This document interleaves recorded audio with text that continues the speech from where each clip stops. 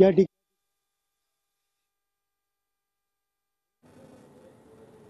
कल्याण डोंबिवली परिसरामध्ये सोसायट्याच्या वाऱ्यासह मुसळधार पाऊस जे आहे ते सुरू झालेला आहे।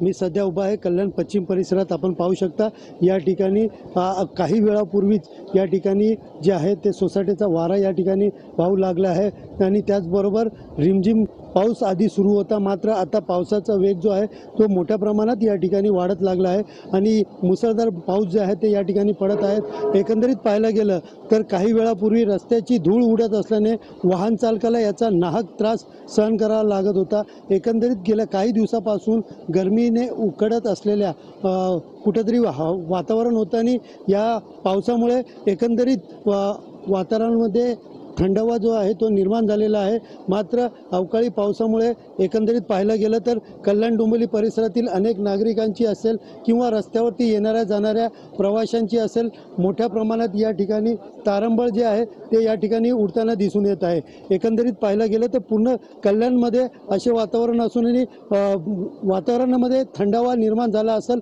तरी नागरिकांची मोठी तारंबळ या ठिकाणी उडताना दिसून येत आहे। सुनील जाधव, TV9 मराठी, कल्याण।